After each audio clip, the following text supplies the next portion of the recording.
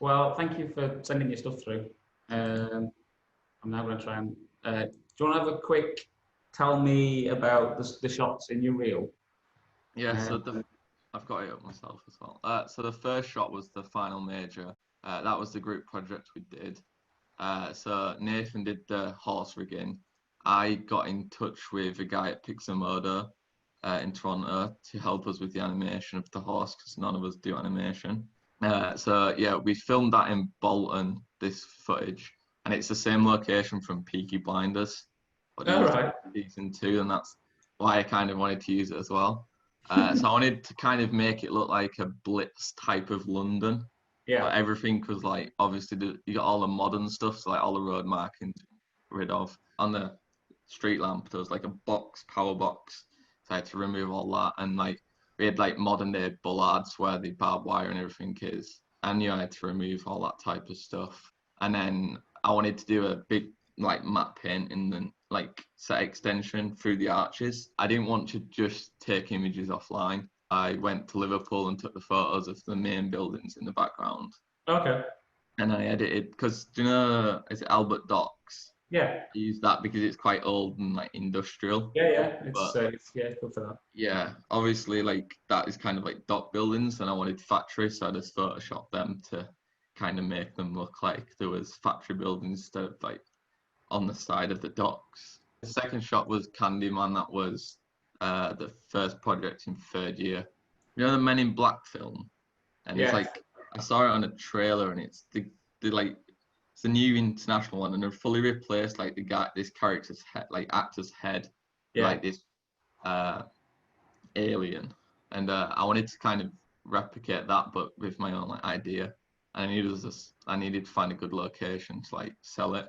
So I Yeah. knew there was a sweet shop, and then we had the idea of replacing it with a big lollipop. And originally I was just gonna do a stick, but then I just thought the contact points between like the Yeah. hoodie and that would look weird. So I was like, I'm just gonna make the actual neck, and like then I used the new Kino tools to do all the tracking of the face because you can literally get a piece of geometry and like track the face, like Yeah. all the features. So that was quite cool to experiment with because it actually works better than the PF track version. I think the last project on my reel was the DNEG project, which was assigned to us during final major. We had to get that done as well as the final major, and I just wanted to put that in there because it showed like the different type of rotoing and stuff. One of the main feedbacks was like the blue shoulder, like that was a bit too like feathered, and but there's a technique and you basically use a gizmo for it. But Right. we wanted to do it correctly, and it's where you can like basically edge extend like the color of like the blue shirt, so that Yeah. when you actually roto it, it feathers like the blue shirt and not actually got any of the image of like the Okay. background in. Yeah. So, like that was one of the main feedbacks, and since I've learned that technique, I think I've used it in all my rotoing. Yeah. Okay. And going through them, is there anything that you'd want to change, particularly on any of these shots? Uh, on the horse shot, we it's not really anything to do with me, but we wanted to rework the groom on the horse shot Right. because it kind of looks a bit like a texture, even though it's individual hairs. Yes. Uh, and also, we wanted to create like a longer tail because we felt like it was a bit too short. We've kind of got a bit sidetracked with like other stuff like looking for jobs, and so we haven't really got onto that, and that's not really my expertise, so I couldn't really go and try and fix it. Yeah. And another thing I did notice was I feel like the shadows of the hoofs might be a bit too dark compared to the shadows under the archways. So I feel like that's something I might have to reduce. Uh, Yeah. Although the shadows would be darker closer to camera, it's not yeah, something yeah, I'd actually noticed that.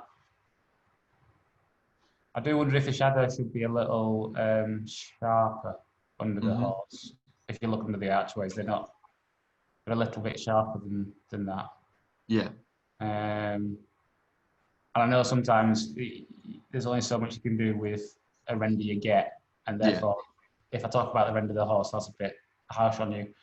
I think the smoky stuff on the where it's over the horse's legs, Yeah, it feels like you've screened it on, or it's a right. plus, because Uh, it makes the horse's feet go a little bit too light. mhm. Whereas dust like it's kind of got a substance to it. It's got an actual, yeah. It would knock out the light over the hoof necessarily. So Right. I would I would yeah I would look at not screening that quite as much. Mhm. It's a horrible fine line because I get stuff off the technical guy here and it's beautifully rendered smoke, and then I screen it and he has a go for that reason. So then you have to find a balance between Yeah. kind of the effect of, because smoke is quite transparent, so you want to screen it, but then Yeah.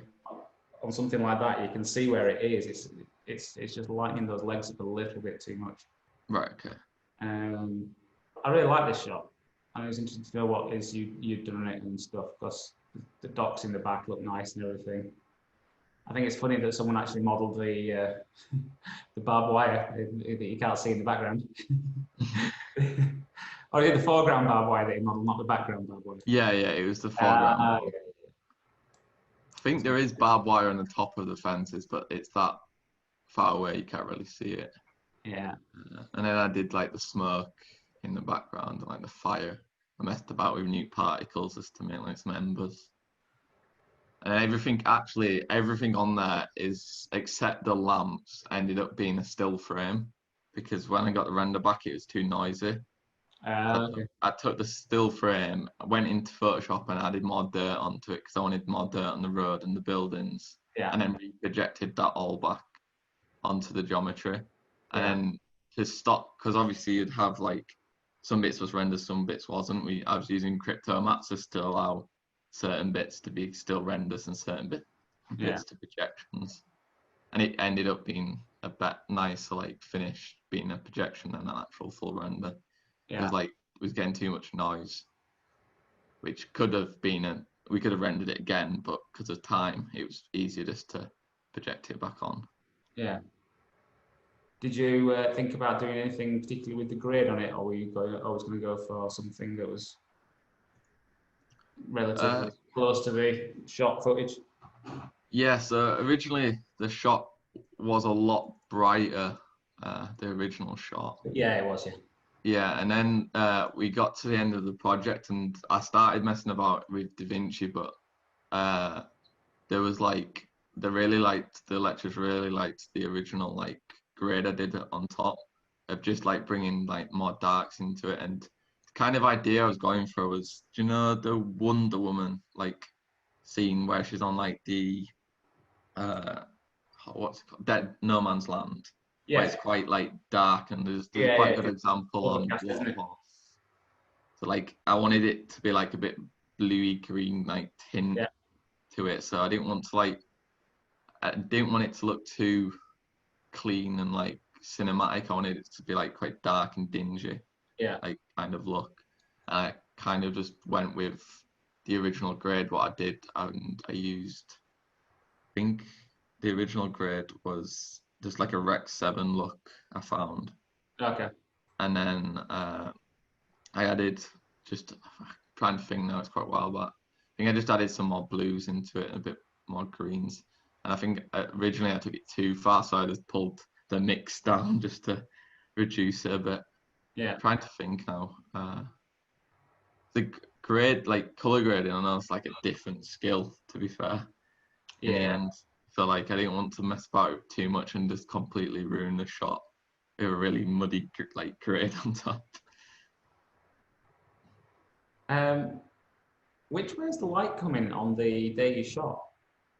If you look at the windows, it's coming from like, it's just starting to like rise the sun, so it's coming from behind, so like left of the screen, and Right. Yeah. coming from left of the screen. Yeah. So you get a bit of like light hitting, you know, like the windows. Yeah. Just because when I'm looking through the second archway, Mm-hmm. it feels there's something about it that I think it's, I can't work out if it's when you see the shadow against the background that you've put in, it just feels there's a little bit of something wrong there. Right. I don't know if that background at that point might need to be a little bit darker so it doesn't draw your eye the same way. Okay.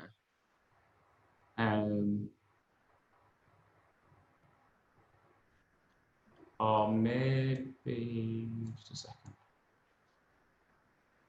It's just something about it that bothers me. No, it's not particularly out of focus in the. I'd be tempted to drop the focus out a little bit further at that distance as well. Yeah. Okay, I wrote that down. I think it might just be one of those things that it's just because you've got quite a stark light area, which you would have against the dark area, and it's just as I'm looking at it in depth now, it's pinging. And it might be one of those things that even if it was shot, it'd still do it, but you'd probably stick a little window in there to make sure your eye wasn't drawn to it. So I'd be tempted to do a little area there that wasn't quite as. I'll just bring the highlights down or something in that sky. Right. Okay. But all in all, I think it's a great shot. Thank you. How much 3D stuff do you do? I don't really do much modeling anymore. I do more just like laying out stuff and like I can model, but I can do texturing perfectly like on my own now. But like mostly for this, I did a bit of like I did the street lamps, did some of the boxes in the background, and then just laid out the full scene. So basically all the like look dev on my own because we had a 3D modeler for the like shots. I didn't want to do too much of the 3D modeling when I wanted to concentrate on doing all the comp really. Yeah. So on the Candyman job, you did the modeling on that though? Yeah, I did all the modeling. I did everything on the Candyman one, yeah. And did you put in a proxy object for the guy's jumper? For the jumper, yeah. So I don't know if it shows it on here. So basically, I just kind of tried to sculpt the shoulders as best as I could for the shadows to hit like the neck area. And then in the end, I did a lot of grid warping to try and like sit it on the shoulder because like the shoulders were a bit too wide at some points. And in the end, I actually tried to, because it like kind of does touch the jumper. I tried to kind of grid warp the jumper just to try and like bend the jumper a bit just to make it try and sell that a bit more for like the contact points. So yeah, I did like make the geometry to catch the shadows as well. Did you use it as a reflection as well into your candy? I think so.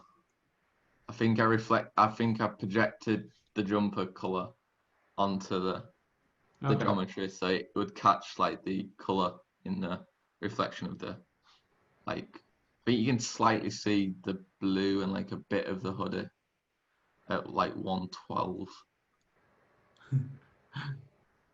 So I tried to like get the reflections correct for that. Because that's the biggest thing for me. I mean, I would say you should see more of the white. I think down here. Right. Okay. And it helped bridge that gap of the two. I mean, the problem is I can see there's quite a heavy bump or displacement on it, which breaks up that reflection I get. But it's one of those. I think it might be one of those balancing games between getting that there. Because if it's right up to it, which it is, you'd see quite a heavy reflection, I think. Right. Mm-hmm. I think you've got a HDRI in there with it all on and everything. Yeah. So I did a big HDRI, and then I did create two area lights where the the main lights were shining on it as well. And then the actual shadow, what you see like along the neck and the top of the head, I actually had to create that in Nuke because it was easier to like just basically fake them shadows there. Okay. So I looked at if you look at the original like shot, he has like the shadow along the neck, and I basically just matched that onto the render. as like I literally just followed that with a rotor, and it allowed me to add that on top of the neck of the actual Candyman. You render in Maya, don't you? Yeah, so Maya and Arnold. Yeah. Is there a way of doing an ambient occlusion pass out of that? Yeah, I think there should definitely be some ambient occlusion, but we I always was just got thinking, if it was so if it was me, I think I'd almost render that shadow pass entirely separately from the geometry you've got to try mhm, and get it to do it. I mean, it's fine as it is. It does feel a little hard, but I know it is on the footage as well. mm. Yeah, I did have it a lot feathered, and then I can't remember who it was.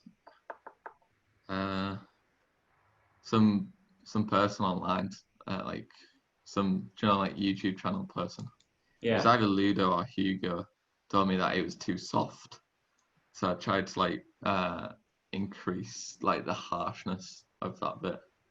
yeah. It's almost like you need two different ones there, one and like half it between them. So you've got Hmm. one that's a bit soft, and then when you've got a shadow and then you've got a contact shadow as Yeah, well. It's kind of that thing that's going on because you're so close to it. yeah, Um, but it's also, I think this is one of those situations of which we find ourselves in often is you have to make it look like the eye thinks it should look like rather than what it looks like. mm, Because yes, it is very harsh on the guy's neck when you see it in the live action. And so in theory, it is correct to be harsh. mm, However, my brain's saying that feels a little bit harsh and it feels a yeah, bit generated because of it.